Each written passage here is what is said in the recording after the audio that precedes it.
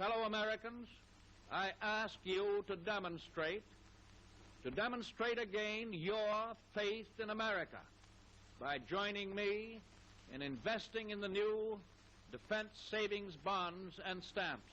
And I know that you will help.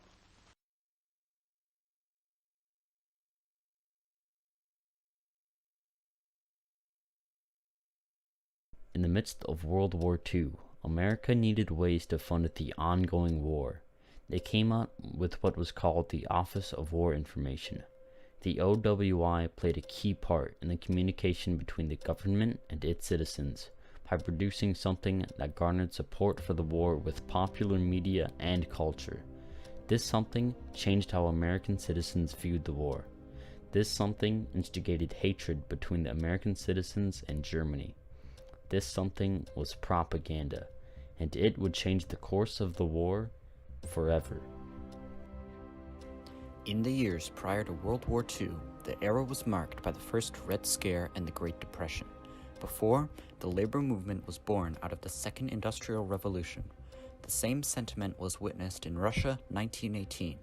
The trend began once again in the United States around 1919, which sowed unrest and distrust among many Americans.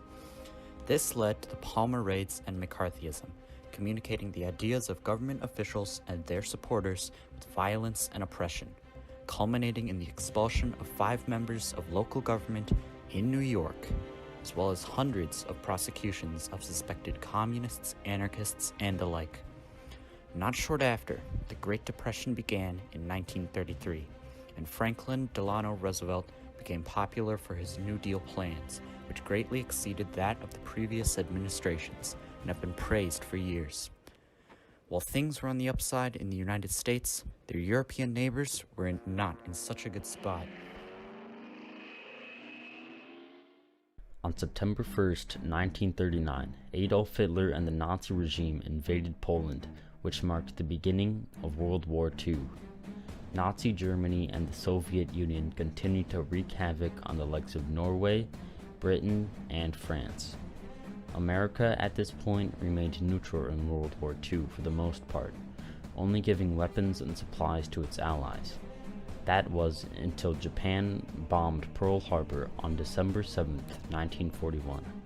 America officially declared war on Japan, entering into World War II. How was everyone reacting, and was it chaos, or were there people still giving and following orders? Both. There were people giving orders, but there was plenty of chaos. Did you try and help your fellow sailors who were in the water? Oh yes, we pulled a lot of them out of there. Swimming away from the ship? Just staying, keeping their head above the oil.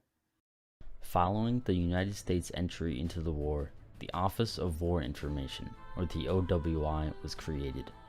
This institution was responsible for the creation of a wide variety of media and information relating to the war, and spawned the wide majority of propaganda produced by the United States government.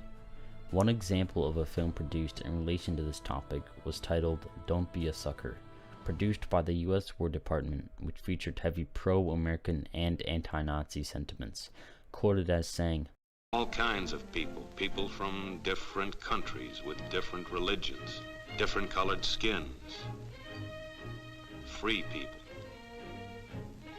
They can live together and work together and build America together because they're free. Free to vote, to say what they please, go to their own churches, to pick their own jobs." Yeah, Mike's got something, all right. He's got America. The phrase, a sucker, refers to those who are foolishly deceived by extremists, particularly referring to the Nazi Party and the alarming movement in the United States. This propaganda was essential to the war and garnering support for the troops, country, and economy. War bonds in particular were an essential component of the United States plan. American propaganda produced by the OWI sparked fear of the war into many American citizens. A a majority of propaganda asked citizens to rise up and invest in war bonds, and that's exactly what they did. Americans raised over $185 million in support of the war. They used this money to help allies, supply weapons, and fund other military operations. Propaganda was one of the few ways the American government communicated with its citizens.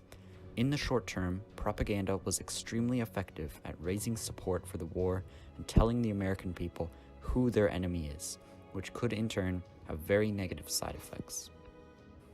From this point on, the American way of communication between government and citizens heavily influenced the modern era based on the provisions of the war era of the 1940s by propagating the Cold War.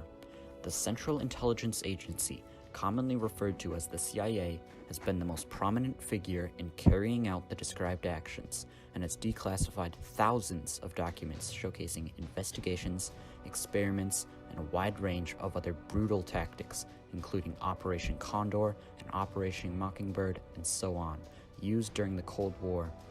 In short, leading up to where we are now, America underwent dramatic changes. The rapid expansion of the industrial and Gilded Ages created new opportunities and new problems.